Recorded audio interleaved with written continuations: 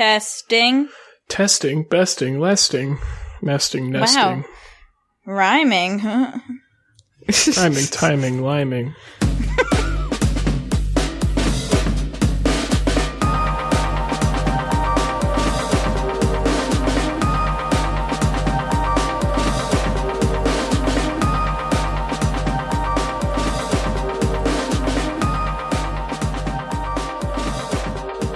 Hello, and welcome to WayTooBroad. Welcome back to WayTooBroad, a show and tell program for really, really ridiculously excited grown-ups.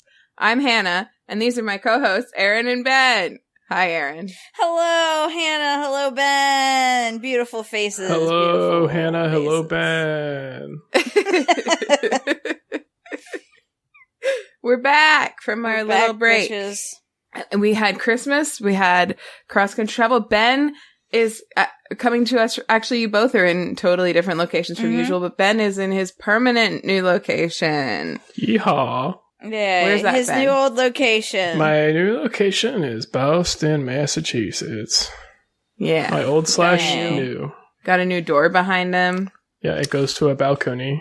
Mm-hmm. There's my boy. Got his Wow. cats. My kitties.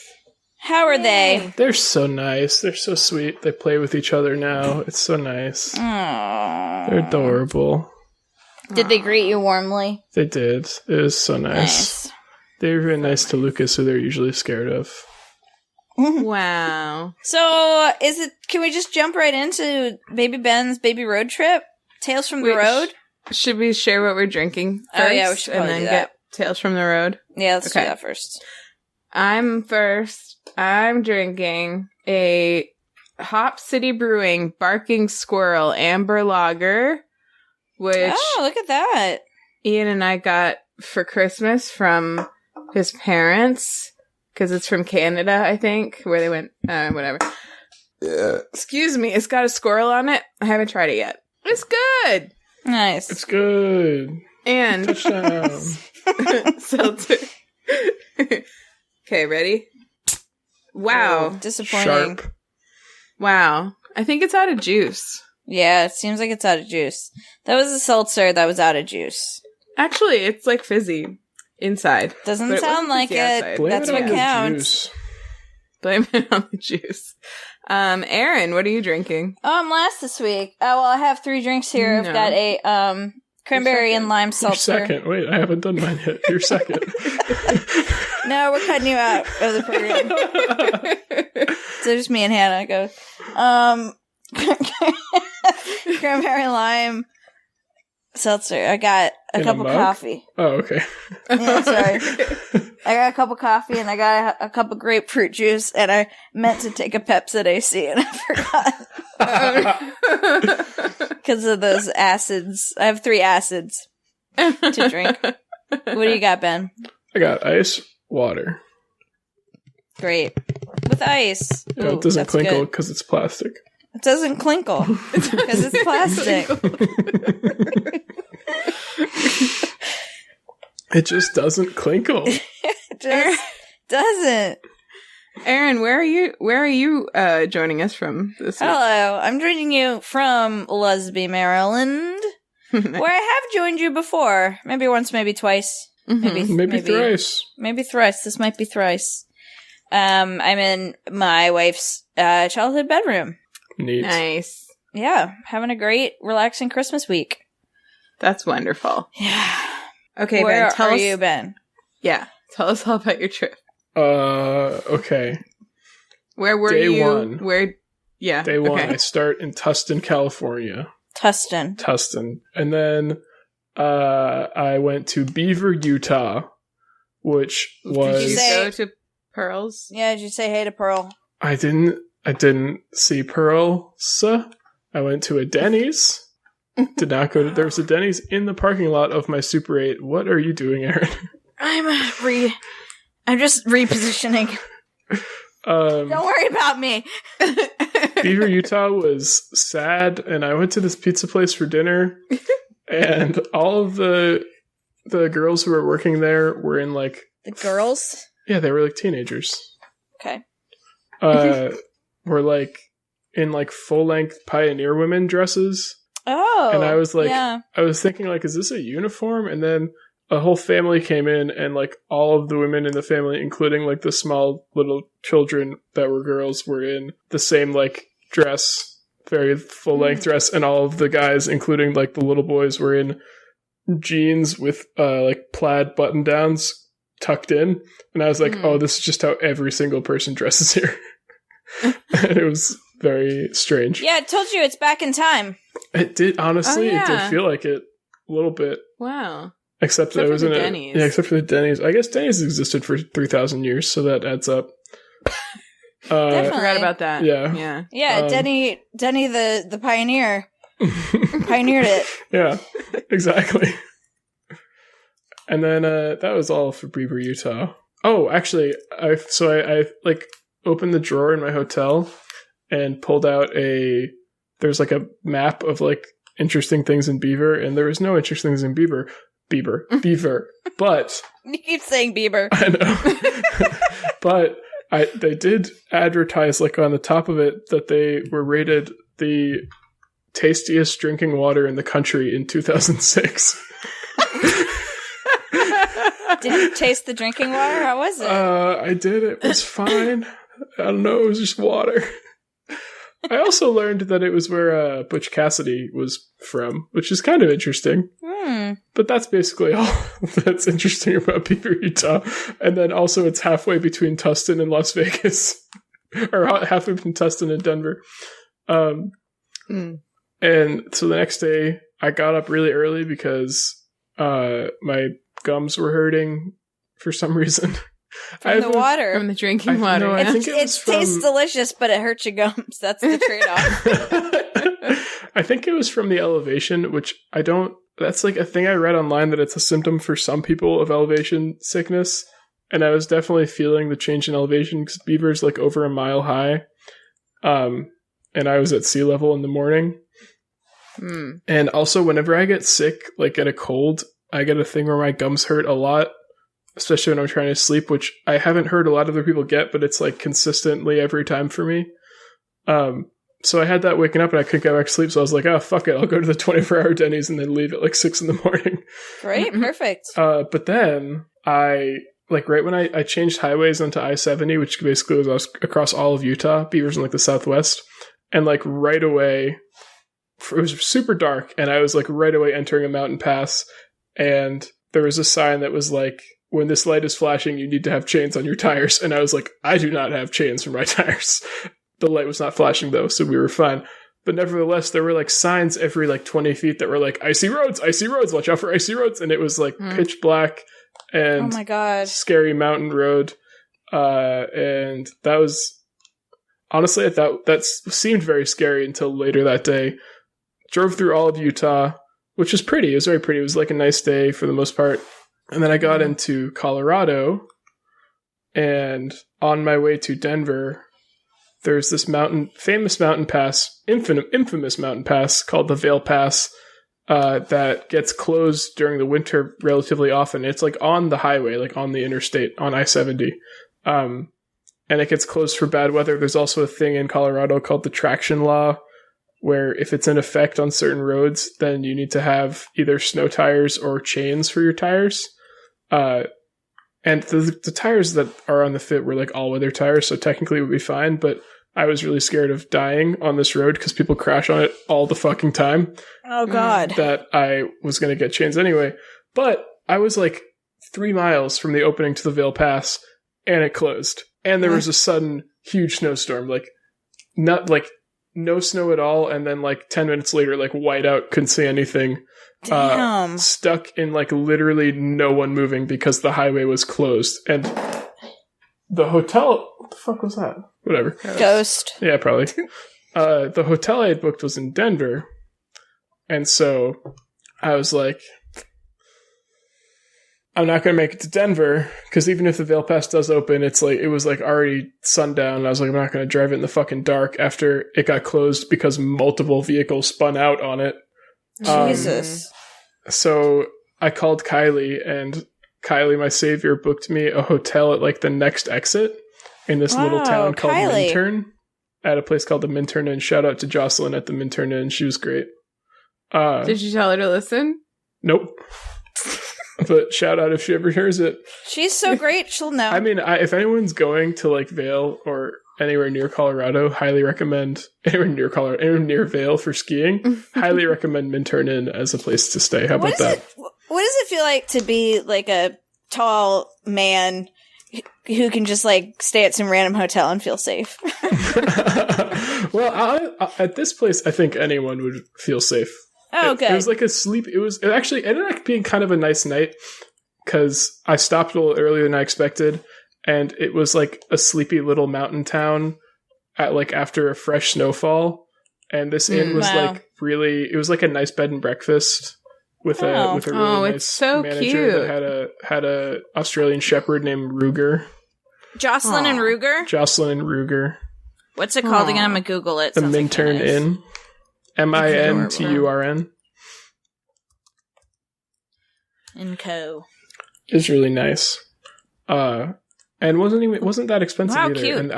And it was like the last room they had available. It was, and then fucking the drive. But okay, so I was sitting next to the exit, to the sign that told me the exit for Minturn was in a mile for like an hour because that's how slow the highway was moving.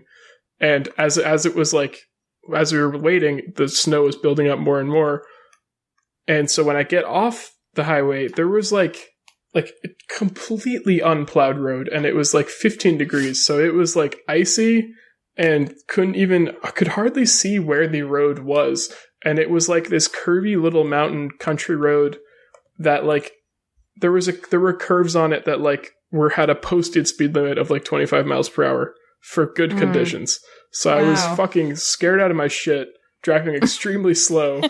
That was the scariest driving I'd ever had to do. So it was like on the side of a mountain? Basically, yeah. And it was only and the drive from the highway to the Minturn was only like 3 miles, but it felt like an eternity because I was driving so slow and the road was so scary. And also they don't fucking plow in Colorado, but like this is the middle of a snowstorm, so it wouldn't have been plowed anyway. But also they don't really plow in Colorado except on the highways. Why? I don't know. I think they just expect everyone has 4-wheel drive or something. I don't know. Or snow tires, I guess. Chains. I have no idea. So and then when I got there, Honda Fit. Yeah. When I got there, there was I couldn't see the parking lot was like behind the hotel, and I didn't know that. So I just like drove into a snowdrift in the front and was like, I'll deal with this later. And then Jocelyn helped me shovel it out. Actually, no, wait, she didn't even, it was like the neighbor. I was like sitting at the table in the lobby of the hotel waiting for the room to be ready, drinking a Prosecco that Jocelyn gave me. And I saw like the neighbor from next door shoveling my car out. And I was like, oh, thank you. Oh my God, that's nice. And then when it was really nice. Like when I was trying to get the car out to move it back to the parking lot, we needed like a push, and there were just like these random skiers walking by, and they were like, "Need some help?" and then like pushed me out. It was great. Wow. Like cross country skiers? No, like people who were coming back from a day skiing, like locals that had gone skiing and they were like walking back. Wow. This sounds nice. Yeah, I mean, not the driving part. Yeah, it was overall. How was the breakfast the next day? Oh, it was really good. The place. How's the bed? I learned that. Yeah, how was the bed? It was very comfy. I had a fireplace in the room. A gas fireplace that I could just flip on with a switch. Wow, that's nice. I learned the next morning during breakfast that it's owned by this Italian guy who is like a former like world championship level Italian skier. Wow. From like Northeastern Italy, and they apparently have a sister lodge in Italy. And he also owns like an Italian grocery store, so they had like a bunch of pastries that were like imported from Italy. Wow. And other delicious stuff. So breakfast was really good. There was like a lemon Italian cake or something. It was great. And yeah, that was it for Minturn. And then I got up at like 7:30 and left there by 8 to go to the nearest Walmart to get chains for my tires for the Vail Pass because I was a scaredy cat. Oh, and by the way, this like that name, like the Vail Pass. Yeah, it sounds scary, right?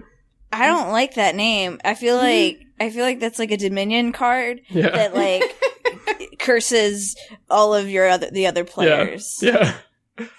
Also, by the way, the plan originally was to meet Lucas in Denver. He was going to get a really early flight from Gillette, Wyoming, where he lives, to Denver that was going to arrive at like 7:30 in the morning. And the motel I had booked was like right by the Denver airport. I was going to pick him up and we were going to go. But as I'm like working on getting changed for my tires, he's texting me that his flight has been delayed because one of the engines won't start and they only have one plane at that airport. And they had like a local mechanic, but then if that didn't work, they were going to drive a mechanic up from Denver. And I was like, well, I'm still working on getting through the Vail Pass, so you have plenty of time, so don't worry about it. Oh my god, the listener can't see this, but my eyes are like so wide. And, like, if the local mechanic can't get the one airplane's engine to work, like even if he can. Yeah, don't get on it. Well, okay, and then so I got to Walmart, I got the chains on, which are surprisingly easy to put on, and I was like... And then he got the chains on the tire.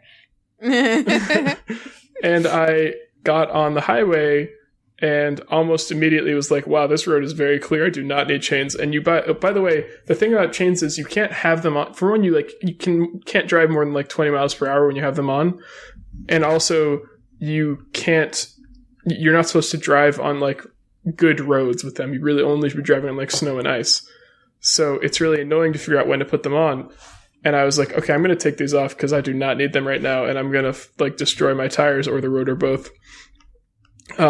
So I took them off. And then as I got a little farther down the road, I hit like this very snowy patch. And I was like, oh, okay, now I've hit the part where the rest is going to be snowy and I need to put my chains on. And so I pulled over onto one of the chain up areas where there were other people chaining up too and fucking put chains on and started going. And then like almost instantly the road cleared up again. And I was like, God damn it, my hands are so cold because I'm not good enough at this to do it with gloves on, so I've been doing it with bare hands, and my knuckles are still fucking cracked from the dry mountain air right now to like this day. Get pill lotion.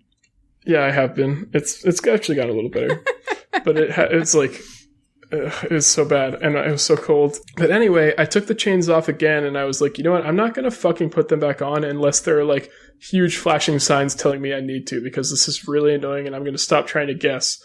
And the road was like perfectly clear. It honestly, as annoying as this whole holdup was, I think it worked out for the best because I got to drive through the Vail Pass in the day, which number one is a lot safer, and number two did not hit a huge snowstorm, and also it's very pretty when you don't have to when you're not scared driving through it. It's actually like a very pretty drive. The mountains of Colorado are very beautiful. So got through the Vail Pass safely. At this point, Lucas had decided that instead of taking this flight, because they had decided to drive the mechanic up from Denver, which is like 5 hours away, he was like, you know what, I'm just going to fucking drive to Denver. Because, think about it. They have to drive him up, and then he has to fix the plane, and then he may or may not be able to do that. Yeah, exactly. So Lucas to drive to Denver will definitively take less time. Yeah, exactly. So he was like, I'm going to do that. I'm going to park the car near the Denver airport because it's pretty cheap. And then when I fly back, I'll fly back to Denver and then drive back home. Because the Gillette airport fucking sucks. And by the way, did I mention the only airline there is United? They're the fucking airline that owns the one plane in Gillette. Jeez. So we're like... it's so funny because like the timing on this worked out that we were like our ETA to get to Denver was like nearly the exact same, and when we did get there, we were meeting at like this parking lot near the airport, and I pulled into it and then called him and he was like, yeah, I'm like 5 minutes away. It was crazy. It was your rendezvous. Yeah, it was great. And then we met he has Ben a couple of friends. Catch that. Oh, I know I did. I got it. I'm sorry. You just didn't like it as much. Didn't like it. We met up with a couple of his friends who live in Denver now, and went to this nice vegan restaurant called City O City. Did they have any full meat burgers? They have this sometimes at vegan restaurants. We learned. Yeah, apparently. No, not in Denver. In Denver, when they say vegan, they don't mean sometimes full meat. No. Although, speaking of meat, we did see the first Quiznos. Oh, congratulations. Highlight of the road trip. We saw the first Did you get a Quiznos. picture? Nope, not even. Highlight though. Saw the first Christmas. Also at that place, I got a vegan pastrami sandwich. The pastrami was made of like seitan. It was so good. Wow. I like how you say seitan. Isn't it seitan? I thought that's how it's pronounced. Yeah, you've got a lovely lilt when you say it. Seitan. I thought it was 3 syllables. I thought it was seitan. Say seitan. Is it Satan? Seitan. Seitan. I don't know how to pronounce it. I don't think you throw that like A as like a diphthong. That extra syllable is a diphthong, but I like how you do it. Seitan. Seitan. Seitan. We're saying it in a ton. Seitan. How do you say it and not say Satan? Just say Seitan. Seitan. That sounds too like. I guess it's no worse than Satan. I don't fucking know. It was the way delicious. that you say it is you just say tan. Seitan. So anyway, we had a nice time in Denver, and then I really wanted to get out of Colorado that day. So I was like, let's drive and get to Kansas, which borders Colorado, by the way. Isn't that fucking weird? Yeah. It's very strange. And so we drove to Western Kansas. Yeah, they changed that in like the 80s. So we got to Western Kansas. I got out of Colorado, fucking finally. Alive. And then got up bright and early the next day, and we were trying to get to Louisville, which is like 11 hours away. To Louisville. Seitan. And that was a pretty boring day of driving because it was Kansas. Although we did see there was like the roads were pretty much clear. There were like some snowy spots. Pretty much all of Kansas like looks like it had recently snowed. But there were like multiple cars spun out on the highway, like on the side of the road, looking like they had crashed, and like looked like they had been there a while. Like they had been snowed on and just left there, and a lot of them had like little orange flags on them, which I'm guessing were like, we'll get this later kind of thing. I don't know. It was very weird. In Kansas, if you spin your car out, they just give you another one. So a lot of people just leave them. And just spin their car out on purpose to get a new car. It's one of those weird, obscure laws, like you can't have a camel in the road on a Tuesday, and if you spin out your car, you get another one. Okay. Yeah. All right, that makes sense then. That's why you saw that. And then we got to St. Louis, and it started to snow again, and it was very snowy, and there was a winter storm warning, and we were like, okay, fine, we'll stop. Nice. So we got stopped by weather again. And next day, we were trying to get to like Northeastern West Virginia. Morgantown, I think, was the town we were trying to get to. Or north, it was more like northern, central West Virginia. Whatever. It's just a lot of directions at once. That's almost all the directions. It was like the southern part of northeastern West Virginia.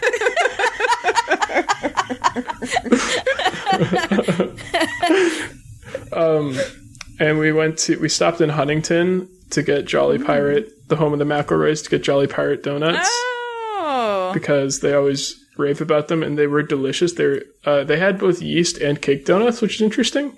Nice. Did they do vegans? Nope. That was just for me. We got donuts. Well, we brought them to Massachusetts, and Kylie ate like one of them before they went bad. But they were delicious. I really enjoyed them a lot. We got stopped by weather again. It started snowing in the mountains when we were like an hour away from Morgantown. Because we were kind of like, there was a big winter storm that like went west to east last week. And was that last week? It was like a week and a half ago by now. That we were basically following. Like we would go to sleep and it would go like 8 hours west, and then we would like catch up to it the next day. That's how we knew where to go. We were following the storm. The storm will take you home. Yeah. It did hit us too. It did. Yeah. So that must have been around when you got home or a few hours before. Yeah, I think it was. So we got stopped again and went to we went to this like I don't remember the town that we were in West Virginia, but it was like a very unpopulated mountain town, but they had like this giant shopping plaza that had a few restaurants in it that we looked at, and it reminded me of the outlet mall in Sagamore, Hannah, in our hometown before it closed, when like all of the stores started shutting down and there were like a bunch of empty storefronts. It was very sad, and there was like a massive parking lot with no cars in it, like at all. Oh, and we heard a mockingbird when we were there. Oh, I'm like pretty sure it was a mockingbird because it was a bird that kept making a ton of different noises. It kept making fun. And I was like, this is definitely a goddamn mockingbird. That was pretty cool. That's cool. What? Erin, what's this picture you sent us? This is a picture. I just sent them a picture that Molly just sent me. This is one of the family cats, Leo, sitting at the table while they're playing Skippo. He's like used to be a human and is like always very just like joins you in whatever you're doing and watches you. He's so handsome. Yeah, he's really nice. He's a nice cat. Anyway, sorry. Continue. That's quite all right. So the next day, we basically this whole time we had been trying to get back on track by doing a 12-hour day and then 9-hour days the rest of the trip, and we had only managed 9-hour days because we kept getting stopped by traffic or by snow. And I was like, no, this fucking Weather time, traffic. This fucking time, we'd stopped in a place that was like 12 hours away from our final destination, and I was like, well, I don't want to stop. Which was Boston? Yeah. I don't want to stop like 3 hours short and stay the night somewhere, so we're gonna fucking do it today. And hell yeah. So we went through Pennsylvania, or went through Pennsylvania, and through New York City, through a little bit of Connecticut, and then up north to I-90, and I was getting real tired. Towards that point, we were like 2 hours away, or it was like an hour and a half when we switched for the last shift of driving, which was for me. And so we were playing. I was picking some of my favorite Comedy Bang Bang episodes to show Lucas, and also to help me stay awake by laughing a lot. And I got several Pure Leaf black iced tea, and also then got an iced coffee, and boy, oh boy, do I not drink a lot of caffeine, and do I not react well to it. Really? I get energy, but I get like very like jittery, and like feels like my eyes are constantly, like the back of my eyes feel like they're vibrating. Golly. When we got home I was like exhausted, but my brain like wouldn't shut off because I'd had so much caffeine. So I just kind of laid on the rug with my eyes vibrating. Sounds like I had a seizure, but I didn't. I promise.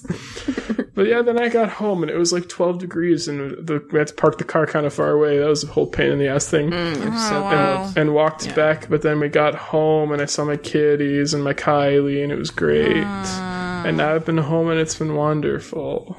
Nice. And Lucas was able to change his flight to fly out of Denver? He was always flying back to Denver. Oh, okay. Yeah, because the other thing about the Gillette Airport is that they only fly to Denver. I see. So he was supposed to fly to Gillette. Yes, but so he was able to cancel the connecting flight from Denver to Gillette on the way back, and got a refund for both of the flights that he canceled. That's good. Oh, yeah, great. They only have one plane and it only goes to one place. Yes, correct. Fascinating. Yeah. He said, well, I'm so glad for all of his travel in the future, he's going to drive to Denver because it's just too much of a pain in the ass to go through Gillette. Seriously. Well, I'm so glad you just barely got home safely. Yeah. And that Lucas is such a champ and did that with you, and that's really great. Yeah, and we got home in time, like, because I had been saying, we left on the 13th, and I'd been saying my goal was to get there by the 20th at the latest, but hopefully by Wednesday the 18th. And even with the delay, we ended up getting there Wednesday the 18th at night.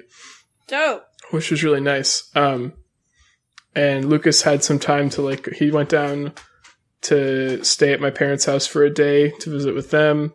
Cool. And we went out to breakfast with my parents on Saturday because they were up in Boston anyway. And we went to trivia. Oh, yeah, we went to trivia Friday night at Trident with Hannah and Ian. So he had time to see everyone before he had to head on back to his lady love for Crimbus.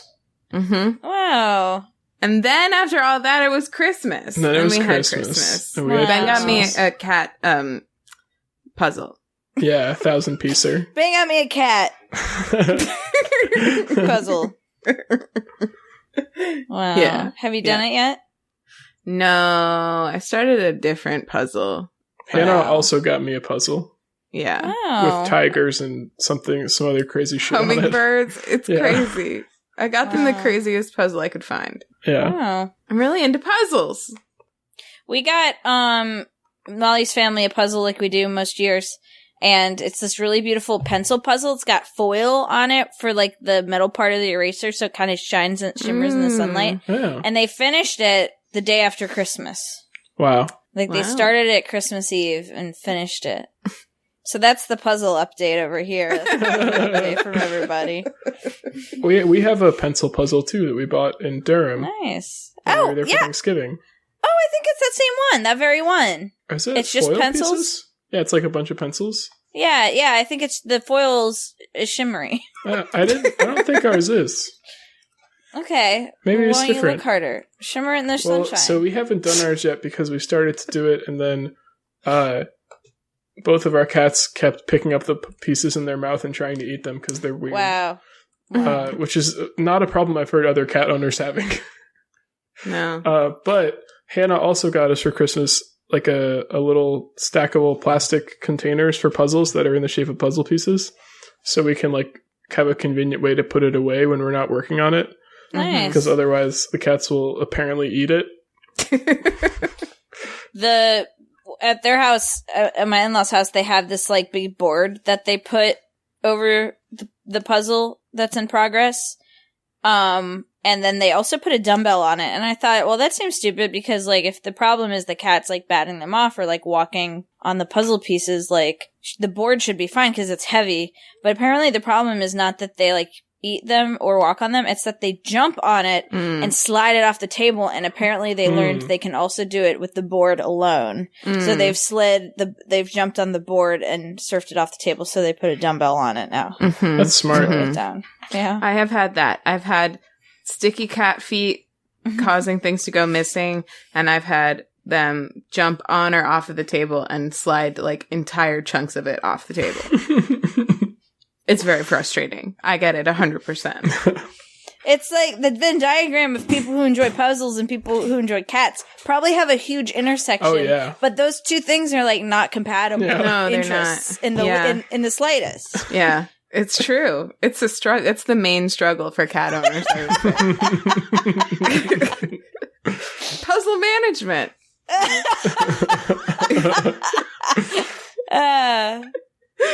Oh my goodness. Wow, it's good to see you two again. Mm-hmm. Yeah.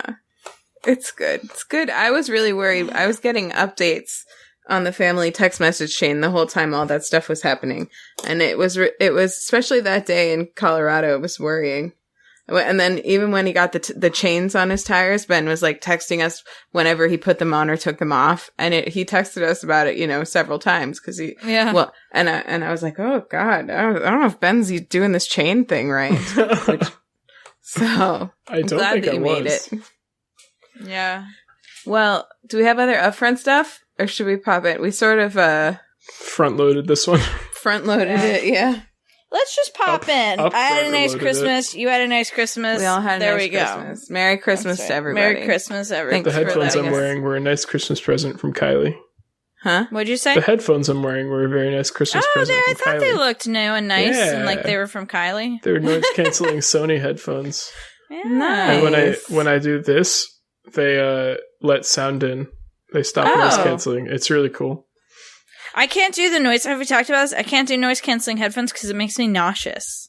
What? Really? Yeah. Google it. It's like totally a thing. And I even got got me a pair of like Bose noise canceling headphones, and I have to turn the noise canceling off because I tried it. I've been trying it in small doses, but I get like nauseous.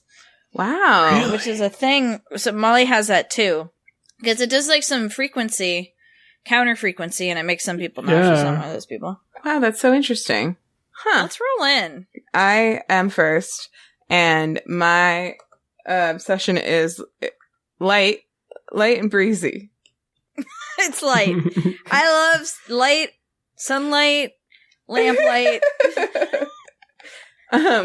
Oh, you know what? First, I do want to give a shout out to our cousin Rachel, my co-host on So Dreamy, who sent me 3 My Little Pony plushies for Christmas. That's awesome. Wow. Because she knows me so well. Wow. Longtime listeners like Rachel might remember when I think that I talked Shouts about to My Little Rachel. Pony as an obsession. So, way to Shouts go, to Rachel. Shout outs to Rachel. They're cute. I brought the 3rd one to my office to put on my desk. That's why I don't have it here. But these 2 are going to live here. So I started watching a new show. I recently found out that our dad hates it and thinks it's the dumbest show ever. The rest of our family likes it so much that it's the reason I started watching it. I haven't finished the season yet, so I don't have a ton to say about it. I know what it is. Yeah, I do too. Yeah, it's The Witcher. The Witcher. I don't know anything about it though. Here's what I know. Our family Slack channel the channel Nerd Talk has been blowing up about it. Yeah, I had to mute it today because they were like talking like fine plot points and spoilers. Here's what I know. Kylie started watching it yesterday while I was still on Cape and finished it yesterday night while I was playing Pokemon and then fell asleep. So that's what I know about it. Wow. I was in the room while she watched like the last 3 episodes. Well, What is don't it? say What anything the- about them. What the flip is it? I won't. I don't remember anything about them. It's a show about, it takes place in like a fantasy realm. There are elves and humans, and then there are kind of like mutants. Like, so Live there's elves- action? Yes, Yes, chef. there are elves and humans, and there are like mages who are like human magical people, and then there are like there's a lot of, and then there's like also a ton of monsters.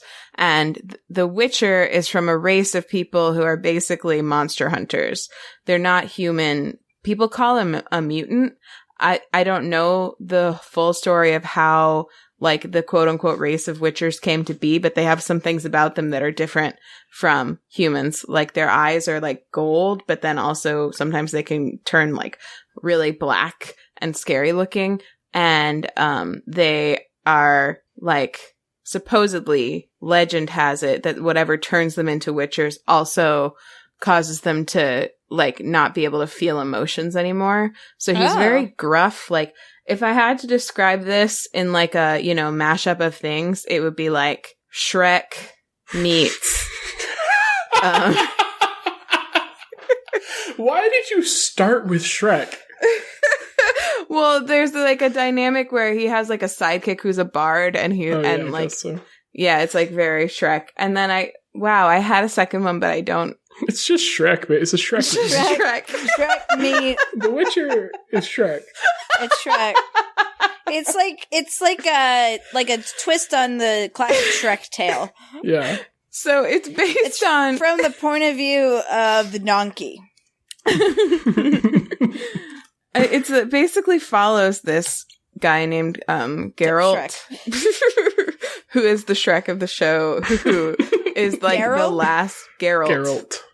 Yeah. Oh. And he's like the last Witcher, and so his race is like dying, but like he's going around like killing monsters for money and like basically trying to avoid destiny while it like comes barreling at him. And I have to say, like Dad was saying, what all of our family were saying was the first few episodes are uneven as far as like whether they are good or bad TV, but like then as the season goes on, it gets better and really picks up and becomes very interesting and good. And my experience so far, and we're like episode 5 or 6 maybe, is it doesn't get like it's not like one of those shows like when I talked about Dark, where at first you're like, what what the hell is this? What are all these threads? How are they ever going to go anywhere? And then it turns into like some beautifully crafted, incredible piece of art.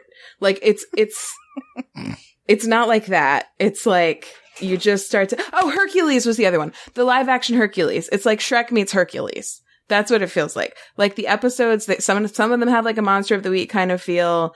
There's a live action Hercules? Yeah. It's a TV show from the 90s. We don't know about it. What? Wait, do you know about Xena? Yeah. It was the same Xena. It was the same era as Xena. It starred holy shit.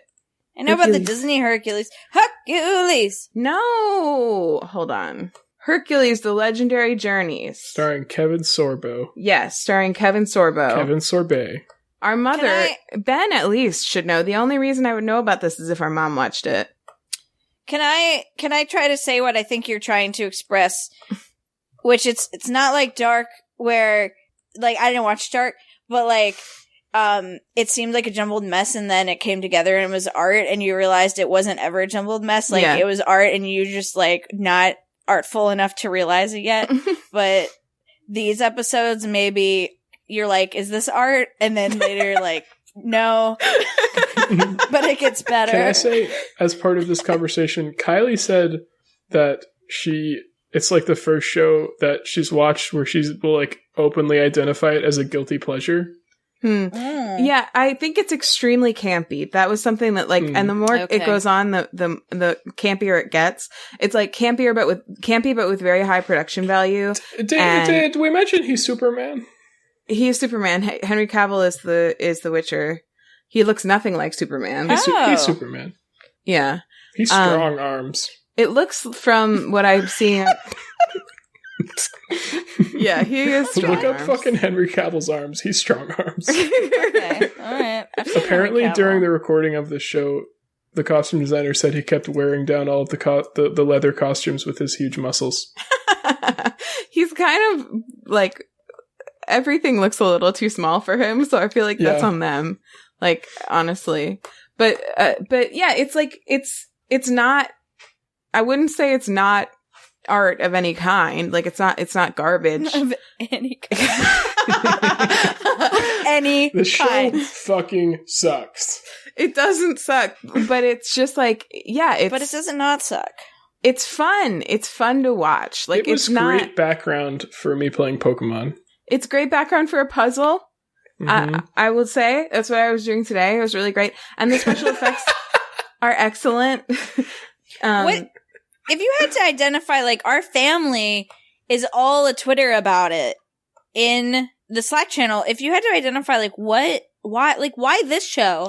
Why are they so talkative about this show? I have an answer for you, because Kylie just texted me.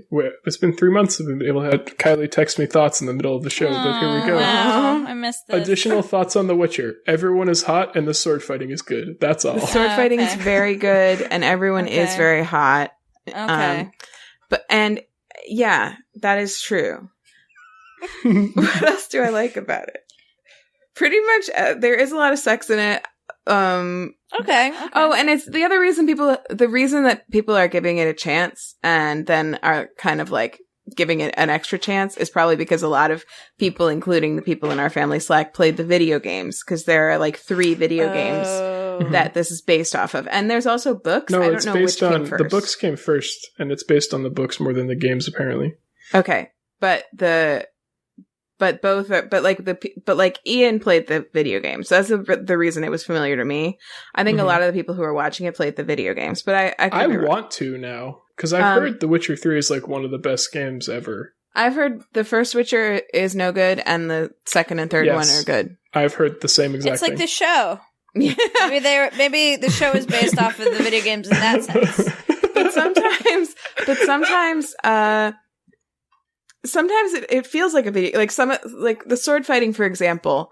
The sword fighting scenes are really, really good. There's an excellent sword fighting scene in the first episode. And I think it feels like you're playing a really satisfying video game as you're watching it. Like, there's a lot of slow-mo and like kill moves and stuff like that. When you say there's a lot of sex and a lot of sword fighting, are you still talking about the sex? Hey. No, unfortunately, there's no gay anything so far, which also kind of sucks. Says you. And for that reason, I'm out.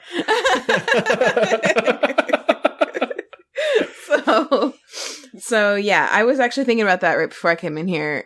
I was like, wow, everyone who's having sex is men's and women's. Men's together. and women's. Men's and women's together. Everyone's who's having sex is men's and women's. women's with each other. Yeah. So, hopefully there'll be some gay stuff at some point, but not yet. I would even take homoerotic. I could be interested in it with that. There is like a sort of begrudging friendship, loyal, like loving friendship developing between the Bard character and the Witcher. So, like, he was very, like, I won't give spoilers, but that's something. Mm-hmm. I don't know. Oh, a friendship. In Hercules, that was a thing, too. Like, you know, I talked about it with Xena, but also in the Hercules show, he had a sidekick who was with him all the time, who was a guy. And obviously they both, like, did straight things with women during the show, but they also, like, were constantly together and incredibly loyal to each other, similar to... I don't think they ever got together, though, whereas I think towards the end of Xena, they may have actually been a thing, but I'm not sure. Yeah, right. But anyway, it's just fun. It's fun to watch. It's actually fun to watch in a very similar way to how Xena and Hercules were fun to watch back in the 90s. It's just like, it's pretty camp, but the special effects, as I said, are very good. The people are all beautiful, and it's just fun to watch. The end. Wow. Cool. Yeah. So, oh, nice. Yeah, thanks.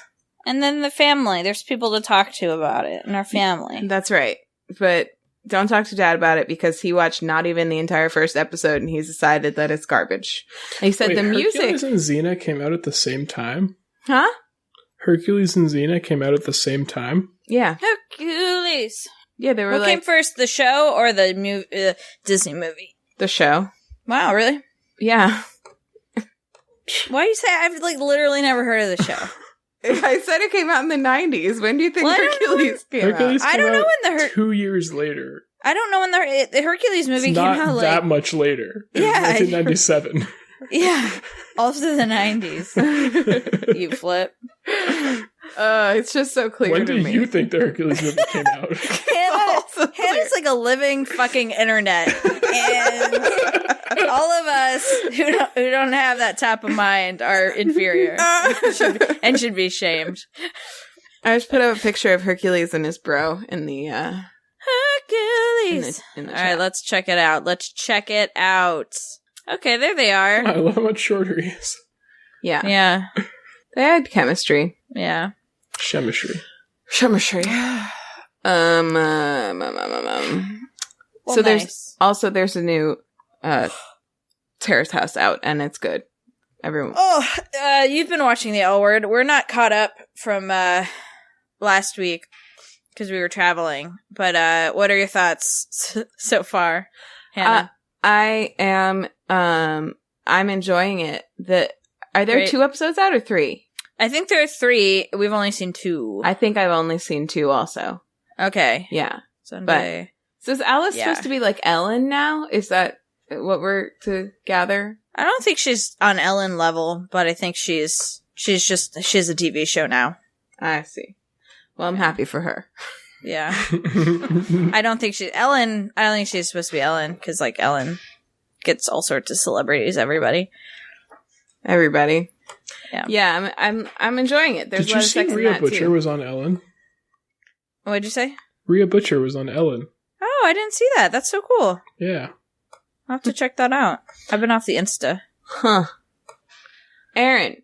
Okay, my turn. What's your obsession? Okay, my obsession this week is a book that I reread this week for pleasure because it's such a fucking good book. It's The Martian by Andy Weir. Have you guys read it? No. I think... Have I seen the movie? I haven't seen the movie. I think I have. I have seen the movie. You have seen the movie. It's with Matt Damon, right? Yeah. It has Matt Damon in it. I do know that, but I haven't seen it. I'll probably watch it. But this is the second time I read this book. It's so fucking good. The premise of The Martian is, it's like sci-fi, it's a sci-fi book, but it's like near future sci-fi. It's like realistic near future is what I would say. It's about, a guy who's stuck on Mars. He was on a mission to Mars. Huh? How he gets stuck.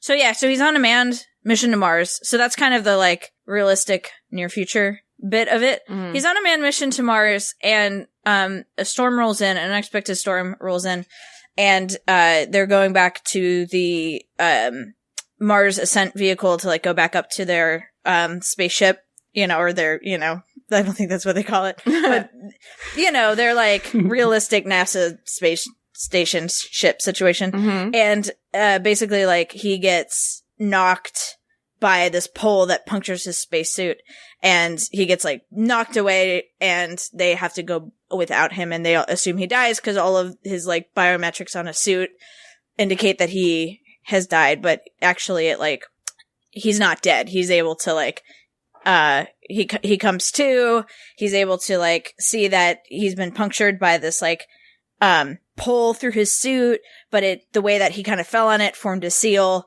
and he was able to like, but so it's basically about like this guy coming to realizing that he is alive, and he's been abandoned on Mars by people who think he's dead, and like the communications on the little like space tent, not the word they use, is damaged. He's and gone so he can't space camping. Yeah, he's space camping, so he can't really communicate. And so what's interesting about the book is it's written by a guy who is like this total nerd. He's like a programmer and an engineer, and he wrote this book for fun, basically. And the way that he originally published it was just, for free on his website in a serial manner, just chapter by chapter. And a cool thing about it is there's a ton of like, so it's basically like this guy trying to survive on Mars. He's really funny. Actually the first, I think, sentence of the book is really, really compelling. So he's this like really fun character. He has got a great sense of humor. He's super smart. He's super like MacGyver-y. He's basically like encountering all of these crazy situations, realistic situations, I mean, and solving them with science. This is like the beginning of the book. Log entry, Sol 6. I'm pretty much fucked. That's my considered opinion. Fucked. 6 days into what should have been the greatest month of my life, and it turned into a nightmare. And then it goes on from there. So what's interesting about it is he keeps encountering these scenarios that put him in life-threatening situations, and he uses like science and math to get himself out of it. And it's all like detailed in the book, like a lot of his calculations and a lot of the like he has to do a bunch of chemical reactions to like give himself more oxygen or get himself water, and he'll like explain those, and they're all for the most part like completely scientifically accurate and really interesting and compelling. It's like, here, I need to do this task, and I need like, here are the tools I have to do it with. And then he kind of like details his solution. And the goal of the author was to make it like so that it would actually work. So anyway, that sounds like it could be. The character's a botanist, right? Yeah, he's a mechanical engineer and a botanist. Cool. And so there's a whole thing where he like grows potatoes on Mars, and it's just a fun book. It's a page turner. It's really interesting. I just can't recommend it enough. I've been trying to get Molly to read it for the longest time. I think she would really enjoy it. Cause it's real like science nerdy, but also like so interesting. And it feels definitely read that. Like, I love the movie. Yeah. It feels like totally plausible. I'd love to see the movie. But yeah, it's great. The Martian. Andy Weir. Yeah, the movie was supposed to, I think the movie got good reviews. I didn't see it either. Yeah. But wow, it did really well. Fascinating. The movie? Excuse me, yeah. Yeah, apparently, so he was $30 million. Oh, wow. Oh my god. I'm sorry for the hiccups. Wow. You can't help it. Yeah, so he was releasing it serially on his website, and then people were like, can you please put this on Amazon because I want to have it on my Kindle. So he put it just for like 99 cents on Amazon. Because he wanted to do it for free, but you can't. You like to keep it up long term, you have to like sell it for something. So I put it up for 99 cents. And then it like went viral. Like it was just a ton of people were downloading it and like buying it. And then he got like a book deal and a movie deal like pretty much simultaneously, and then was like a New York Times bestseller. Wow. And he was like, "Oh, I was just writing this for fun." That's awesome. Yeah. It seems like something anybody who travels to Mars in the future should bring with them just in case. Yeah. Exactly, right. It kind of goes through all the what can go wrong. For some light reading. Yeah. That's right. And it is really funny too. I don't think I mentioned that, but it's like the main character is like very funny. So it's kind of got it all. Cool. Hell yeah. Except romance, because he's stuck on Mars and he's the only person there. So yeah. But I really think like the romance, with himself is really nice. Like and the potatoes. And the potatoes, yeah. Definitely. Yeah, he loves them. Loves those taters. Yeah. So check it out. Wow. Nice. Can't imagine. Cool. Yeah. The Martian by that guy. The Martian. By that guy. What's his name? I can look it up. Andy Weir. Thank you. Okay. Cool. Neat. Yeah. Thanks, Erin. You're welcome. The end. Ben, what's your obsession? My obsession is a quick one. And it's related to past obsessions we've all had, and maybe someone has already brought it. I don't remember. What is it? It's the third season, or not the third season of Queer Eye, the Japan season of Queer Eye. Queer Eye, we're in Japan is what it's called. We brought Queer Eye, but I feel like this is a totally valid separate obsession. Yeah. Have we talked? So we haven't mentioned the Japan. Have you guys watched the Japan episodes? I haven't. You haven't? They're what have you been doing, good. Anna? And it's something I really like about them is that you like also get to learn a lot about Japanese culture. Yes. And like cultural norms in them, and that's like something that a lot of the people in them like run up against is like I've only seen the first 3 episodes, but I'm really enjoying them so far, and like people run up against the issues related to Japanese cultural norms. Like one of them is that in like the 3rd episode, the what do they call the hero? Heroes. Yeah, the hero is a girl named Kae, K-A-E. And you pronounce all the letters in Japanese. Seitan. Seitan, Kae. And is that her problem? No one can pronounce her name. No, her problem is one of the things is like her mom, like she has kind of a strained relationship with her mom. And part of it, and they talk about this in the episode, is that like it's really not normal in Japan, not like considered normal to show a lot of like emotion and like love outwardly. Like, and this is something Kylie and I learned a while ago because we were watching. I think we've mentioned Rachel and Jun before. They're a couple that lives in Japan, and Rachel's American and Jun is Japanese. And one of the things that they've run into as a couple is Jun very rarely said "I love you" for a long time because it's so rare to say that in Japan, and the word like there are kind of 2 words for love in Japanese. There's like ski, or I think it's daisuki or ski. I don't remember, but it means like it basically means like, and it's like if you say like I love that movie, it would say like whatever daisuki. But then there's like I love you, which is like aishiteru, I think is how you pronounce it. Probably pronouncing that terribly, but that's like I love you, like really like deep, intense love. And Jun was like, when I hear that, that makes me like think of like someone dying, like because that's something you would say to someone on their deathbed. You would very rarely say that as like in a relationship, but like Rachel wanted them to say that because in America we say it all the time, and that was like and in that episode, Kai's mom says that to her, and it's like kind of a big moment, and it was like even like having that like rudimentary understanding of how unusual that is made that like a super like holy shit, she really said that. And then also the second hero is a gay man living in Japan, and how Japan is very far behind with regard to LGBT stuff. There's a big, I mean, and they go to this place in Tokyo. There's a big and active gay district, Nichome, which literally means second neighborhood, I think. But it's like the second district of Tokyo, and it's a big gay, like a ton of gay bars and big LGBT community. But it is still not super widely accepted. And he like went to school overseas, and he like was kind of stuck between, not being accepted for being Asian and then not being accepted by Asian community for being gay. It was really, and he was a really great one. His name's Khan. Yeah, he's sweet. It's a lot of interest. And then like the first one is this woman named Yoko, who is like the sweetest person who's ever existed. Oh my god.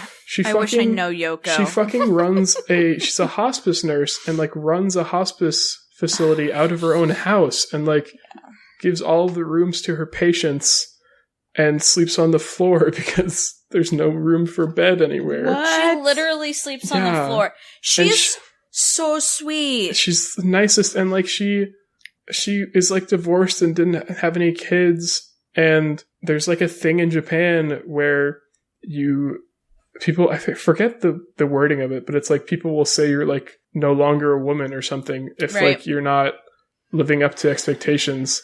And like she started kind of treating herself like that. There's just like all of these things that like you don't really, and and one of the interesting things is like it's different, but also like we run into kind of a lot of similar issues, emotional issues in America, but for like I feel like it's different ways you get there. You know what I mean? Mm-hmm. Right. But it's interesting how you end up with like the same, like Karamo's encouraging speeches are not that different between like a Japanese and American hero, but the like cultural avenues that arrive there are often quite different.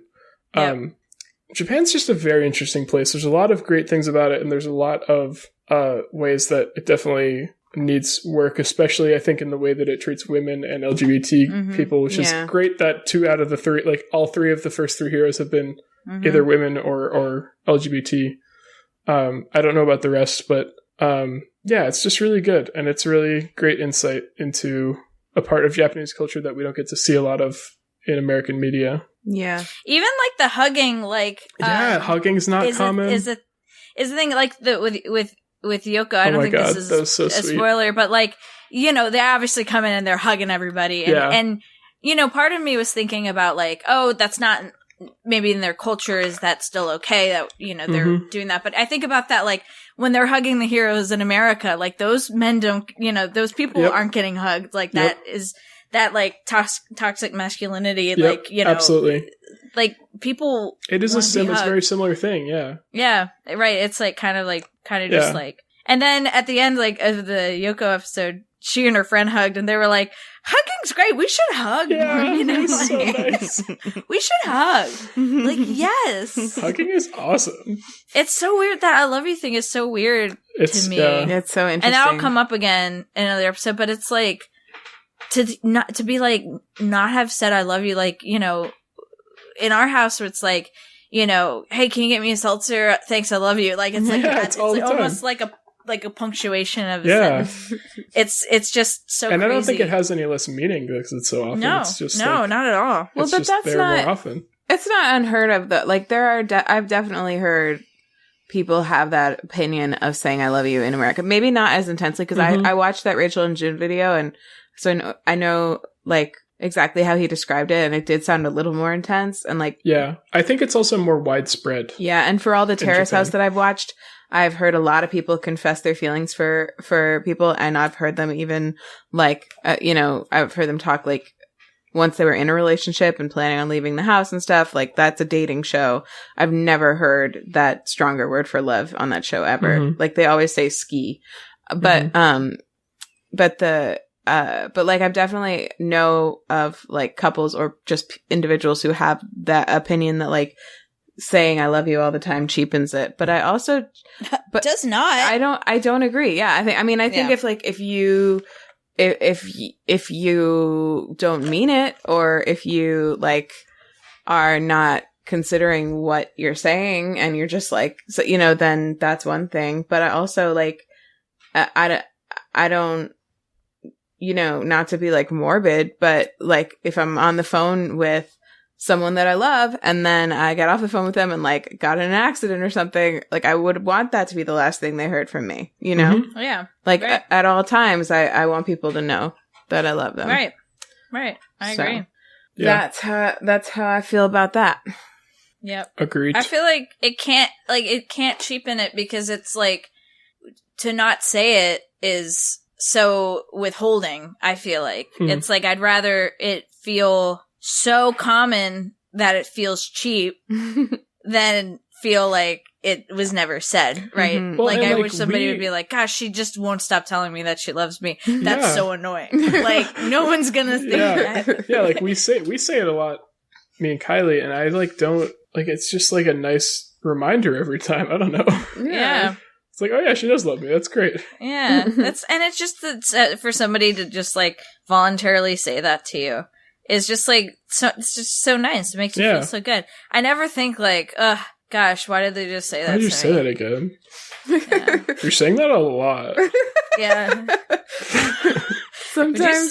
Sometimes when Ian and I have like the same opinion on something spontaneously, or we like say a thing at the same time accidentally, we'll be like, "We're in love," and that's like instead of Jinx. I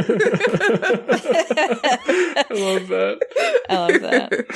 But anyway, that's cool. Okay, I haven't watched it yet. You know why? I was thrown, but like I as you guys know, I'm a huge fan of Terrace House, which also gives me a cool window into Japanese culture. And so I don't know why I didn't think it would be cool, but it just felt so out of the blue that they suddenly went to Japan that I just kind of like put off watching it. I just like wasn't sure what to think, you know? I don't know. So I'll watch it now. It's great. It's just a regular season, except they're in Japan. It's great. Yeah. I feel like It's all of the great things. this all the segment great was for things. me to tell me to watch it, basically. Yeah. And you get to see Bobby like work in interesting Oh my god, Bobby. places with a lot of consideration for. I think they do a great job of like walking that fine line between respecting the culture Yep. and disrupting the toxic parts of the culture. Like I think that they really kind of And walk the that fine is line. real. I mean, it's hard enough in America. Mm-hmm. Yeah. To do it in like a whole Yeah. other country is like really, and they like very earnestly are like trying to learn about like exactly that, like what kind of things they can sort of break down without being too disruptive of the culture that they're in, and like how they Right. can live within that culture in ways that are Yeah. healthy for them. Yeah, right. And like long term, you know, like these people aren't they're going to continue their life after this, like, you know, that sort of impact that will be sustainable. It is distracting for the first episode because the translation is not transparent. They don't give you a transparent window into how they're doing the translation until after the episode. So I'll just say it. There is a translator who's there on scene who's basically like doing it directly, but she is never pictured. So it's not like Oh yeah, like they'll talk in Japanese and the Fab Five will respond in English as if they understood it right like away. immediately. And the editing, it's basically the translation later is completely edited out. So you kind of, it looks like they're just having a conversation in two languages. And it is a little distracting in the first episode, but then you get really used to it. Interesting. I found. I didn't. And then you I meet didn't the find it translator. distracting. Molly and I paused and were like Googling. We're like, what? How is this happening? So it's not like We- Marie Kondo and her translator. Right. Yeah. Exactly. Right. You don't ever see the translator except for one little blip right at the end of the first episode. Interesting. You meet her. She seems cool. That's cool. She does seem cool. Yeah, she seems really cool. I have I have one final question. If we're ready to move towards homework, I have one final question for you guys. Have either of you seen Cats? And follow up, do you want to? No and no. I know. Yep. Right there with you. I've seen some real life cats, and I do want to continue seeing them. Yeah, I do like real life cats. I have. The movie is cursed, and no one should go near it. Here's the thing. Is that true? Wait. Yes, have you seen it? Well, have you seen the trailer? It's cursed. It's awful. cursed, It's and it terrible. is reportedly incredibly bad. But apparently, the showings of it, at least in the like opening weekend, like literally just spontaneously turned into like basically Rocky Horror Picture Show showings because people were so like blown away by how bad it was And on opening weekend, not only was it just like the regular type of bad where it was just like mind-bogglingly weird and terrible in a way that not even the stage show is, but it also was not, the special effects were not even finished. Did you guys hear about this? Yes. What? Yes. Yeah. They patched the fucking movie. Yeah, in the opening weekend, or like the whole basically first week of the show, and like a lot of the reviews that came out, it said that like there were these crazy weird issues with the special effects. Like at one point, you just see Judi Dench has cat paws, except like this one shot where she has like just a full on hand with a wedding ring and everything. Just like. And like I was like, how, like I'm reading these reviews and I'm like, this is insane. How did this happen? And then they sent out a patch for the movie where they somehow they realized that they had not like sent out the right version, or they hadn't like finished doing the special effects, so they sent out a revised version. Insane. Oh my god! So that's the other thing where I'm like, I wonder if I went this weekend, if I could catch the old version, or if everywhere is patched by now. Like I have a lot of curiosity about it, but well, it's all digital, obviously. Like, you know, they get it from the digital version from like a website or whatever. They get it from a robot. So there's a scene that I saw on Twitter where Rebel Wilson there's like a bunch of dancing cockroaches also with human faces and also humanoid, and Rebel Wilson eats one of them and then zips off her cat skin and pulls it off and is wearing more cat skin with like an outfit on top, and it's so unsettling when she goes zip and fucking starts pulling her skin off. Yeah. I read about that in a review and I was like, I can't tell if this is real or if this Yes, I remember you saying that. Yeah. And then the clip started going around Twitter. Why? How do I... Evan Rachel Wood slams cats. Worst thing I have ever seen. Oh my god. It has 1 star. It has 18% on Rotten Tomatoes. That's so bad. I'm actually surprised it's not bad. Lower. Yeah. It looks incredibly bad, but I feel like, I don't know, probably I'd rather... I mean, the source material is a fucking musical where a bunch of cats are trying to convince an old cat to let them die. To let them be the one who dies. Yes. It's not... Why? It's not, the whole thing is they're like making their case to go to the Heaviside layer, which is basically heaven. And like there's a ceremony where every year one cat gets to go to the Heaviside layer. And all of the songs are the cats introducing themselves to try and convince old Deuteronomy, Helen Mirren, or Judi Dench rather, to be the one to die. Oh boy, here we go. I'm gonna watch it. Oh, thank you for... I was trying to find this. Oh my god. I wanted to show it to Erin. Oh, gross. Okay. Ew. Oh, god, I hate it. I can't... Why is the inside... You know what's the worst part? Is when like she pulls it off and like the inside of it is like... Looks like it's like almost blood colored. Yeah. And also she's just had clothes on underneath her skin this whole time. I hate it so much. Yeah. I hate it so much. Oh my god. Why would you Why did they do make that? this movie? I don't know where. I don't know if it was on Twitter or in a review or what, but like it, you know, with regards to the way that the crowds react to this show, this movie, I read something somewhere about someone going with their significant other, and that's it, just the two of them together, and the whole place was getting kind of raucous, and then at one point he turned to his like spouse and asked why someone was doing something, and she just turned to him and just yelled, "He's stupid!" like that, like in the middle of the theater. Like, it just makes you insane. Like, I just kind of want to see it. Oh my god. On Rotten Tomatoes, critics' consensus, despite its formidable cast, this Cats adaptation is a clawful mistake that will leave most viewers begging to be put out of their misery. Oh my god. This is like, the Rotten Tomatoes, like, official. Oh my What god. the fuck? Why? Oh my god. So, anyway, homework. Okay, here. Wait, I'm reading some reviews on Rotten Tomatoes. It's just baffling, and yet it must be seen. It's bad, but you've got to experience it. Yeah, that's a lot of the I've reviews thought are like about, but I'm just not going to pay money to see it, is the thing. mm-hmm. I really won't. I do have gift cards for free movies, but I was thinking about using that on Little Women. Oh, cool. Yeah, Because I've apparently heard that's very good. I guess. I mean, how good can it be? It's Little Women. It's not cats. It's not little cats. Wow. It's like, Not to mention, and then we never even talked about, and this is such a small thing at this point with regard to cats, but the fucking, and this is the thing with the original musical also, and I will always bring this up because it bothers the shit out of me, is that the scale is wrong. Like, they're way too fucking small. They're not cat-sized. The real-world items around them are much bigger than they would be to a cat.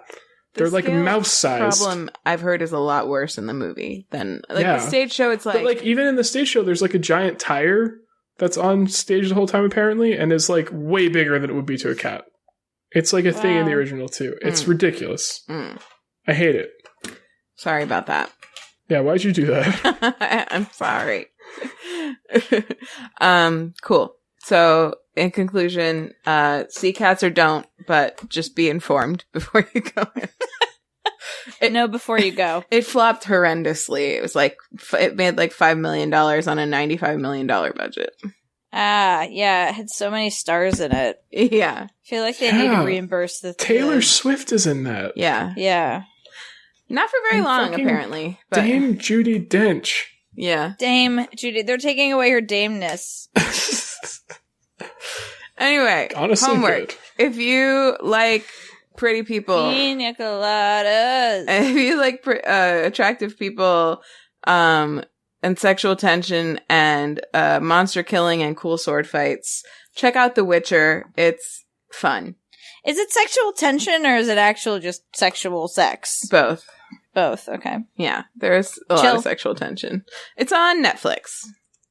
Also, I'm on Twitter at Anthropology and Instagram. I have another podcast called So Dreamy, which actually we're going on a sort of semi-hiatus opposite. Oh, whoops. Why? Between January and April, just because work is fixing to be pretty crazy for Rachel. So we're gonna use the time to sort of do some like more experimental stuff or things that take longer to sort of like research and prepare for, and just sort of play around with some stuff when we have the time. But we're not going to be like releasing every 2 weeks for the next like 4 months or so. Gotcha. But yeah, you should still subscribe. There's lots of past episodes to listen to. It's a podcast about dreams, and we'll be putting out stuff when we put it out until we start consistently uploading again later in the year. You get what you get and you don't throw a fit. Yeah, exactly. Oh my god. What? The boiler started rumbling and I could like see it on the Audacity. Oh, I can't hear it.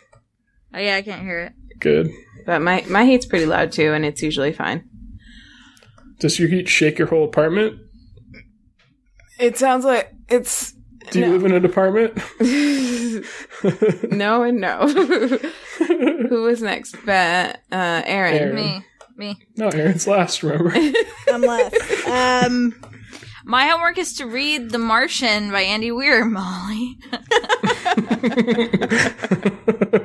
It's good. It's really good. You're gonna love it. Molly. Molly. And then, well, I want her to read it, and then I want us to watch the movie together. Oh, that sounds really nice. Well, yeah. And then I don't have any social media. Nice. Baby Ben. Watch Queer Eye Japan and watch all of Queer Eye if you haven't yet. And if you haven't yet, what the fuck are you doing? What the fuck are What you the doing? fuck are you doing? What the fuck are you doing? My Twitter is nicely proved Ben. And shout out. Get in there. Shout out specifically to my thread of my screaming cats. It's great.